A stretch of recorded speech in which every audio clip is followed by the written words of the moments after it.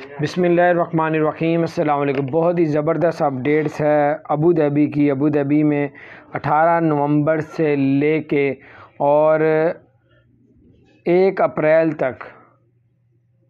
2022 یعنی 18 نومبر اب اور 2022 اپریل سے 1 اپریل تک جو ہے دبئی میں شیخ زاید فیسٹیول شروع کیا جا رہا ہے، جس پہ بہت ہی اچھی بات یہ ہے کہ اس فیسٹیول میں جو بھی لوگ شرکت کریں گے اور پورے ابو ظہبی میں